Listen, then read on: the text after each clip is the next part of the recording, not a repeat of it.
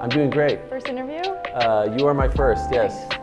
So we'll break the ice. Perfect. This is my first as well. Okay, we'll do it together. Are there 4 people on your team? Yeah. Okay, so 1 sub. On every whistle, we sub. You sub, okay. Yeah. Fascinating. I love it. Yeah. Yes. So fun.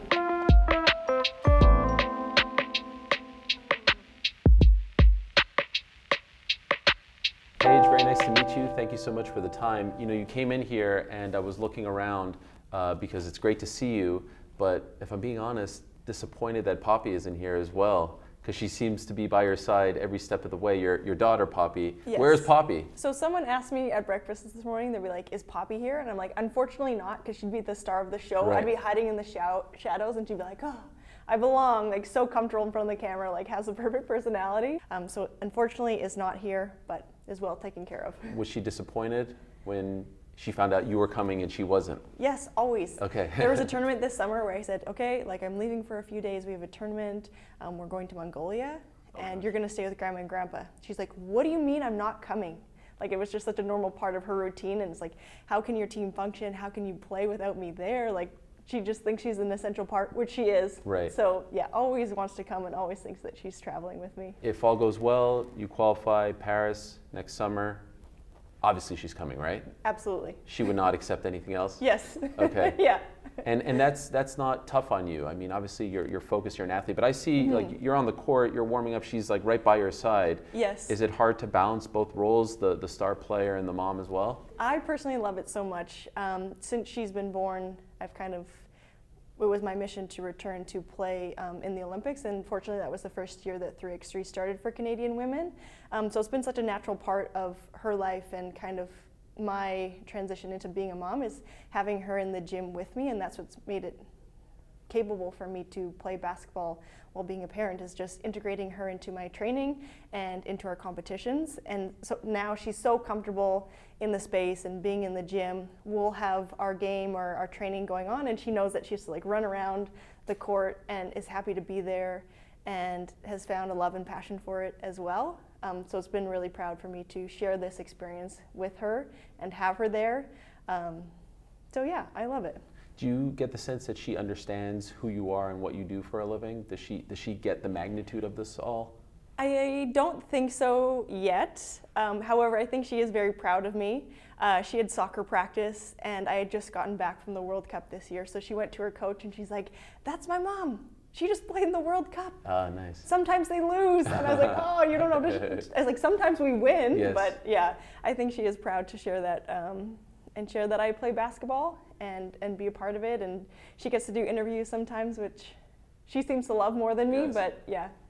I'm excited to talk to you, but I hope down the line we get a chance to meet and talk to Poppy as well. She seems like a superstar, and it's wonderful to see your relationship with her and how you're so comfortable bringing her along with you to every step of the way.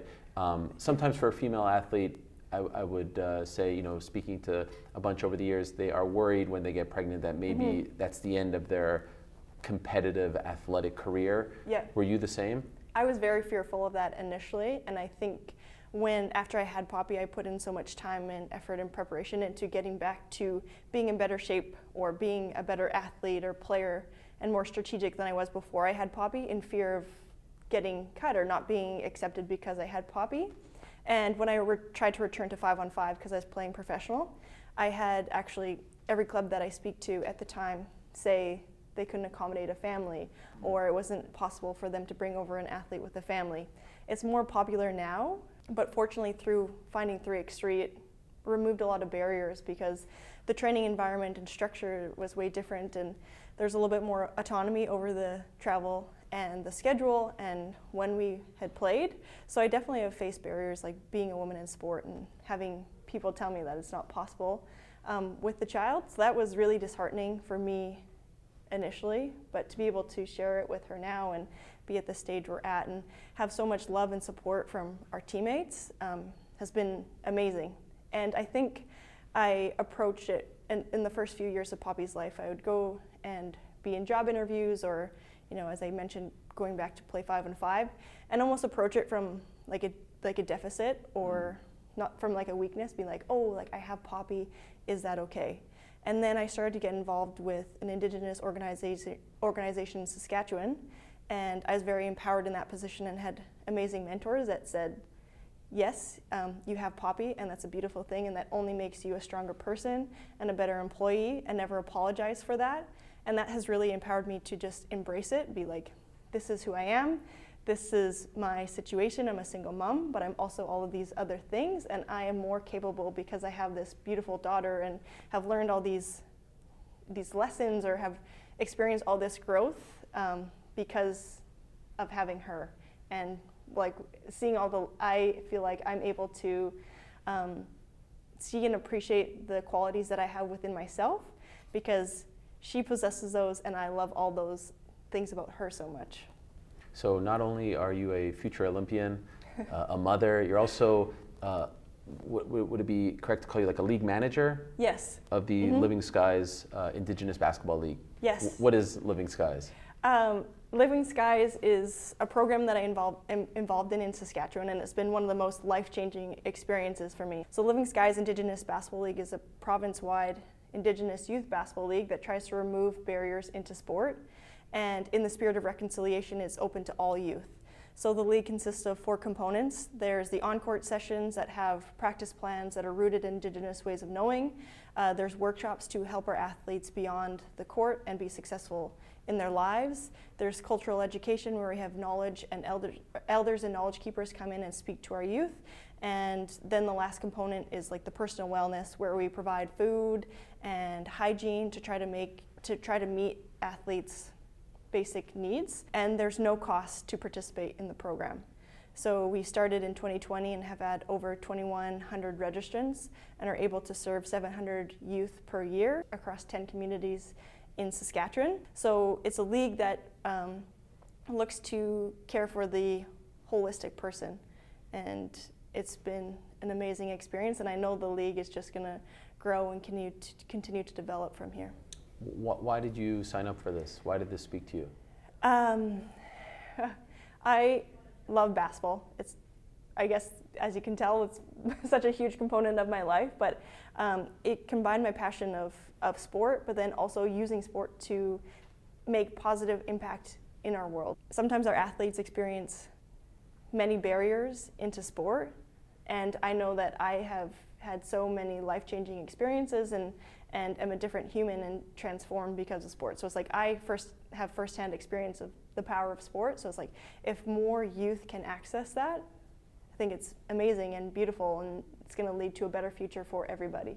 Do you feel a sense of responsibility, like you make the Olympic team, or you guys qualify for the Olympics, now that only raises the profile of the league as well? Like, do you feel like you are not only representing Team Canada but the league on this world stage, because more people are probably going to ask you about it and learn more about it, right? Yeah, definitely. And I want to make my athletes proud. Like, I want to go and represent them very well. I love it. I love everything that you represent. And thank you.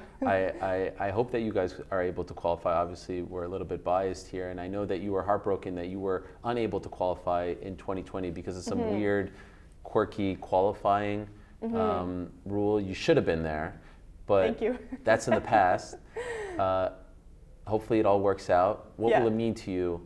Like when that buzzer sounds and you guys know that you're going to Paris, that you've punched your ticket after the heartbreak of 2020, what do you think that will feel like?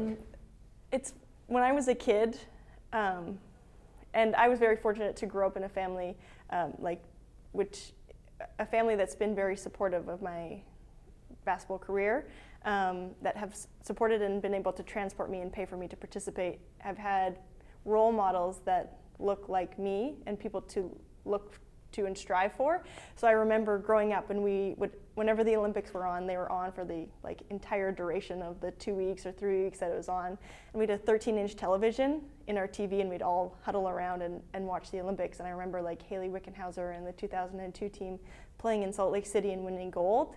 And I was doing an assignment at school when I was in elementary school. They're like, what do you want to be? And I remember saying, an Olympian. What do you want to do when you grow up? And I was like, go to the Olympics. It was the one focus and dream that I've had since I was a kid. So to be able to get that qualification spot, I think would be so surreal for me, and something that I've dreamed of and wanted for so many years. I can tell you get even emotional talking about it. Why does it strike that kind of emotion in you when speaking about this? I think I've just found such a belonging and community in sport, and I've always been really competitive. So I think it's allowed me to kind of show and express myself in a very healthy and natural way, and be able to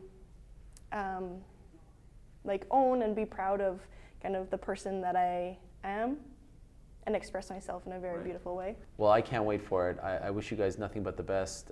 It's an amazing thing that you represent your community with such passion and pride, and do so much for the youth. And I love the fact that you're a very proud mother as well, and that you bring Poppy along. And by the way, speaking of what you do on the court, if someone hasn't had the pleasure of watching you play just yet, who would you compare yourself to, your style of play on the court? Oh, it's a good question. There's a few athletes that I look up to, and on the men's side, they have way more opportunities to play, so I'm always going and watching all of their games. So in 3x3, there's a guy on the Serbian team, they call him the maestro, and he's kind of a crafty shooter and a slasher, which is how I would describe my game. So I think for all the 3x3 fans, my comparison would be the maestro on the Serbian team. Okay. I will look him up. Yeah, the maestro. thanks. Just look up the maestro. Yeah. It'll come up. All right. I'm not sure. Well, hopefully. I'll take your word for it. Okay. Good luck to you. So great to meet you, and can't wait to see you guys in Paris. Yeah, thank you so much. Thank you for your time.